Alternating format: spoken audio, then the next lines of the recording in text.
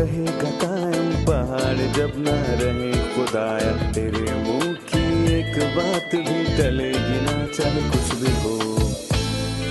عزیز ناظرین، میں Ayad Zarif آپ تمام دیکھنے والوں کو ہمارے روز کے بائبلی مطالعاتی پروگرام کی نئی قسط میں خوش آمدید کہتا ہوں.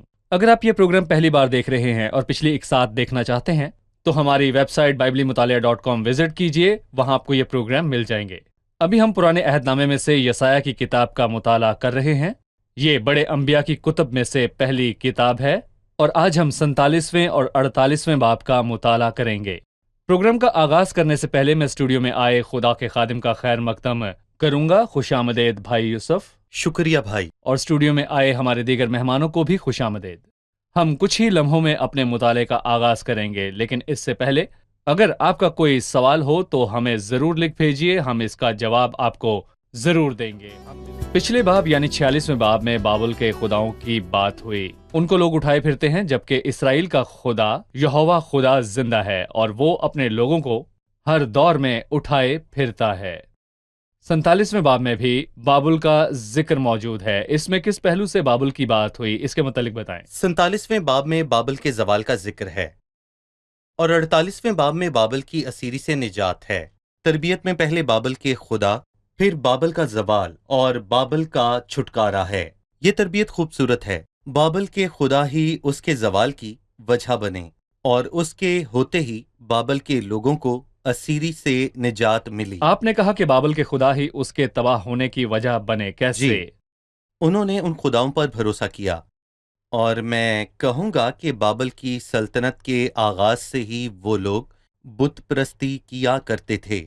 اور جب ہم 47ویں باب کو پڑھیں تو اس کی 12ویں آیت میں لکھا ہے کہ اب تو اپنا جادو اور اپنا سحر جس کی تو نے بچپن ہی سے مشق کر رکھی ہے استعمال کر. اور میں یہ کہنا چاہوں گا کہ بابل کی تاریخی ہی سے لوگوں نے بت پرستی کے ساتھ اپنا تعلق جوڑا اور یہ بت ان لوگوں کو بچا نہیں سکے.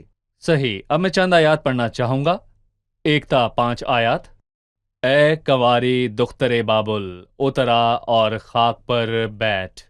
اے کسدیوں کی دختر، تو بے تخت زمین پر بیٹھ، کیونکہ اب تو نرم اندام اور نازنین نہ کہلائے گی. چکی لے اور آٹا پیس، اپنا نقاب اتار اور دامن سمیٹ لے، ٹانگیں ننگی کر کے ندیوں کو عبور کر. تیرا بدن بے پردہ کیا جائے گا، بلکہ تیرا ستر بھی دیکھا جائے گا. میں بدلہ لوں گا اور کسی پر شفقت نہ کروں گا. ہمارا فدیہ دینے والے کا نام رب الفواج یعنی اسرائیل کا قدوس ہے. اے کسدیوں کی بیٹی، چپ ہو کر بیٹھ اور اندھیرے میں داخل ہو، کیونکہ اب تو کی خاتون کہلائے گی. یہ بابل کی عدالت کے متعلق ہے. میں جاننا چاہتا ہوں یہ کس دور میں پورا ہوا اور تاریخی لحاظ سے کس دور میں پورا ہوگا. یہ بابل کے زوال پر ہوا، اور ہم نے پچھلی بار ذکر کیا کہ شاہ فارس خورس نے دریائے فرات کے خشک راستے کو پار کیا اور اس کے لشکر بابل کے شہر میں داخل ہوئے تو بابل کی سلطنت کا خاتمہ ہوا اور اس کے بعد اس کا زوال ہوا. اور ہم نے یسایہ کے 13ویں باب میں ایک حصہ پڑھا جو کہ دراصل بابل کی تباہی کے بارے میں واضح طور پر بیان کرتا ہے. اور یسایہ کے 13ویں باب کی 19ویں آیت میں یہ واضح طور پر لکھا ہے کہ بابل جو کہ مملکتوں کی حشمت ہے. اور یسایہ 47 اس کی 5ویں آیت، کیونکہ اب تو مملکتوں کی خاتون نہ کہلائے گا. اور یسایہ 13:19 میں لکھا ہے اور بابل جو کہ مملکتوں کی حشمت اور کسدیوں کی بزرگی کی رونق ہے، سدوم اور امورا کی مانند ہو جائے گا، جن کو خدا نے الٹ دیا اور پشت در پشت ان میں کوئی نہ بسے گا. وہاں ہرگز عرب خیمہ نہ لگائیں گے اور وہاں گڈریے گلوں کو نہ بٹھائیں گے.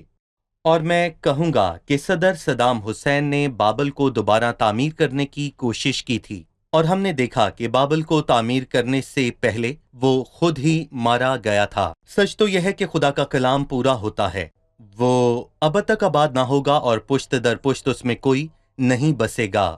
اور اس نے خدا کے لوگوں پر ظلم اور ستم کیے، اور اگلی آیات میں یہ واضح ہوتا ہے. یہ نبوت بابل کی تباہی کے حوالے سے ہے جو بعد میں صدیوں جو بعد میں خورس نے پوری کی. صحیح. یہ ماضی میں ہوا. جی.